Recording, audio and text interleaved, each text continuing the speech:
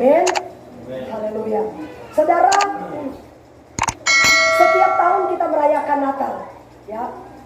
Ada yang merayakan Natal di kampung, ada yang merayakan Natal mungkin dia pergi berlibur ke tempat yang lain, dan ada juga yang merayakan Natal, saudara, ke luar negeri, ya, itu kalau ada uang, ya, dan lain sebagainya. Ya, ada banyak macam saudara orang merayakan Natal, ya. Tetapi saudara, saya mau kasih tahu, ya, apakah makna Natal dalam hidup kita? Iya kan? Ya. Kita boleh merayakan Natal dengan cara apa saja, ya. Tetapi saudara, sebenarnya yang Tuhan inginkan, ya, yang Tuhan inginkan dalam hidup kita ketika kita merayakan Natal, apakah benar-benar Yesus itu sebagai pembawa damai telah lahir dalam hati kita? Amin. Itulah yang Yesus inginkan.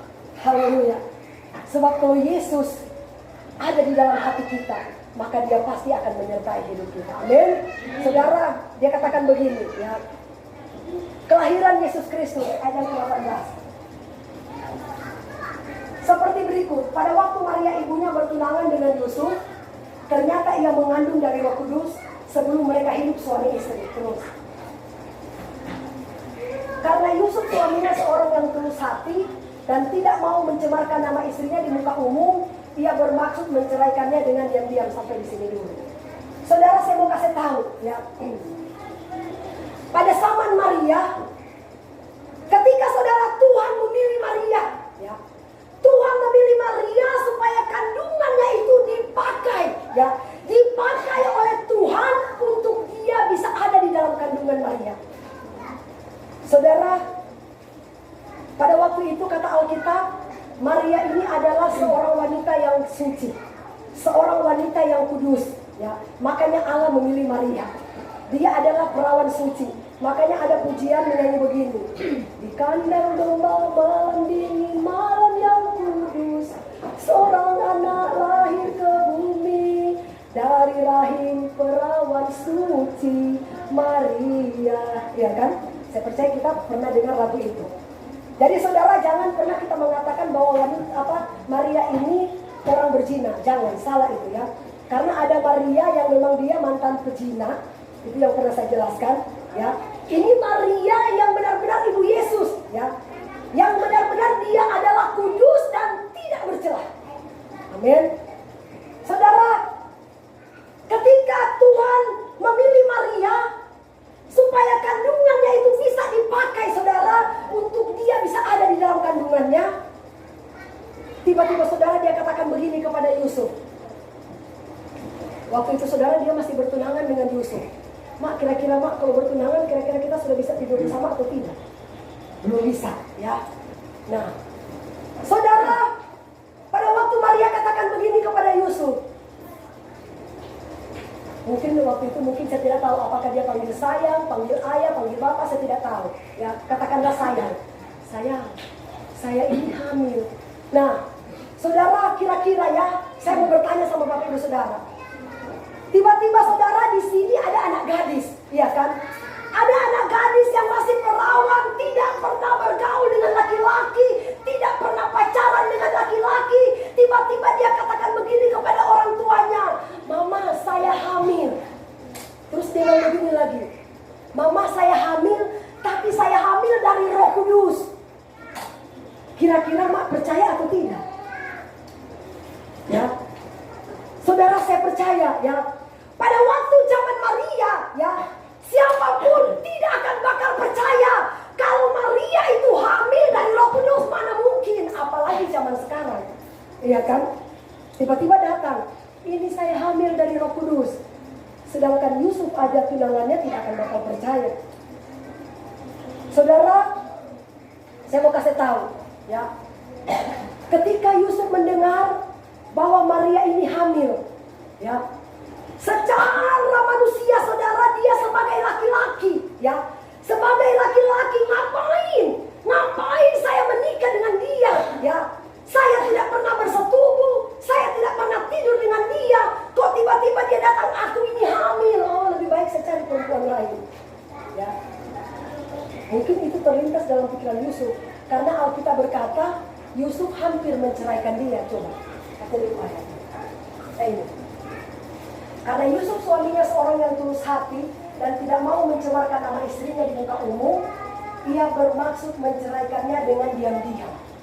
Haleluya. Ini malah dibilang istrinya, saudara, padahal sebenarnya belum, karena masih bertunangan. Iya kan? Ya, dia ingin menceraikan secara diam-diam. Karena ini secara logika, dia tidak pernah tidur, tiba-tiba dia hamil. Iya kan? Saudara, tetapi satu kelebihan Yusuf, ya. Kata Alkitab, saudara, kelebihan Yusuf, ya. Walaupun Maria itu hamil, tidak pernah disentuh oleh Yusuf, tetapi Yusuf tidak ada sedikit pun untuk bisa mencemarkan nama Maria. Saudara, ada berapa banyak kita, ya, sebagai suami istri. Seringkali saudara, kita sudah berumah tangga, masalah sedikit aja kita jelekkan suami kita, kita jelekkan istri kita. Ini begini loh, macam-macam saudara. Ya, saudara, saya percaya ini menjadi satu pelajaran buat kita. Amin. Setiap kekurangan suami, setiap kekurangan istri, biarkan tahu. Amin. Cuma kita dengan Tuhan, kita bergaul karib aja dengan Tuhan. Karena apa?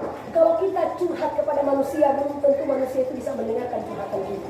Betul nggak? Lebih baik curhat aja kepada Tuhan. Tuhan, berikan saya kemampuan. Amin. Karena saya tidak mau menjadi hamba Tuhan yang munafik. Iya kan? Ibu pendeta mana bisa, ibu pendeta? Ya iya. Saya juga masih manusia, Pak. Manusia biasa seperti kalian. Amin. Tetapi saya berjuang. Haleluya. Berjuang untuk saya tetap tinggal di dalam Tuhan, supaya Tuhan menyertai hidup saya. Haleluya. Saudara, coba baca ayat selanjutnya. Ayat selanjutnya. Tetapi ketika ia mempertimbangkan maksud itu, malaikat Tuhan nampak kepadanya dalam mimpi dan berkata, Yusuf anak Daud, janganlah engkau takut mengambil Maria sebagai istrimu, sebab anak yang di dalam kandungannya adalah dari Roh Kudus. Ya, saudara, saya mau kasih tahu, ya, kenapa saudara Tuhan itu mau berbicara kepada Yusuf? Kenapa? Karena Yusuf ini adalah orang yang dekat dengan Tuhan. Amin. Saya yakin saudara, ya, kalau kita ini dekat dengan Tuhan, suka bergaul karib dengan Tuhan, kita suka membangun hubungan intim dengan Tuhan lewat doa. Saya percaya saudara, walaupun orang bisa melakukan ini dan itu terhadap kita, karena kita punya hubungan baik dengan Tuhan, biarkan saja anjing menggonggong kafilah jalan terus. Amin. Karena ada Tuhan yang ada dalam hati kita. Haleluya. Saudara, seperti yang saya khotbahkan hari Minggu kemarin, ya, memang ikut Tuhan itu tidak mudah. Betul, ya. Sekali lagi saudara, ikut Tuhan itu tidak mudah. Ketika kita mengambil keputusan, saudara, ya, ketika kita mengambil keputusan untuk ikut Tuhan, untuk melayani Tuhan, ada begitu banyak tantangan yang akan kita hadapi, saudara. Tetapi Alkitab berkata, ya, ketika kita menghadapi tantangan itu dengan segala ucapan syukur, maka Allah akan menyertai hidup kita. Haleluya. Itulah yang terjadi saudara, ya. Ketika kita mengandalkan Tuhan di dalam segala hal, maka Tuhan pasti akan menyertai hidup kita. Coba ayat selanjutnya. Dia akan melahirkan anak laki-laki dan engkau akan menamakan dia Yesus, karena dialah yang akan menyelamatkan umatnya dari dosa mereka terus.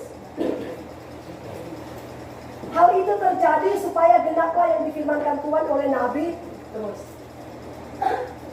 Sesungguhnya anak darah itu akan mengandung dan melahirkan seorang anak laki-laki, dan mereka akan menamakan dia Immanuel, yang berarti Allah menyertai kita. Itu luar biasa, ya.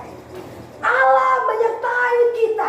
Saudara, saya percaya, ya, kalau Allah itu menyertai kita, apapun yang kita kerjakan, apapun yang kita lakukan, apapun yang kita buat, karena Allah menyertai kita, pasti akan berhasil.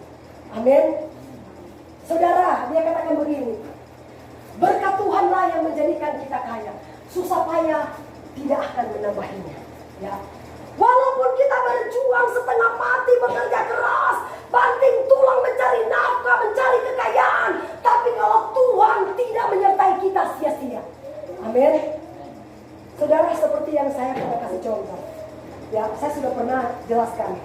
Seorang kaya, dia banyak duit. Satu ketika saudara dia bangun villa. Villanya itu harganya triliun. Dia masih kredit. Tiba-tiba saudara, dia tinggal di Jakarta sedangkan villanya ada di tempat lain. Yang tinggal di villa itu adalah pembantu, suami istri dan anak-anaknya. Ya, bayangkan saudara, ya, si pembantu ini dia menikmati AC, luar biasa. Dia berenang sambil minum kopi dengan anaknya, anaknya berenang.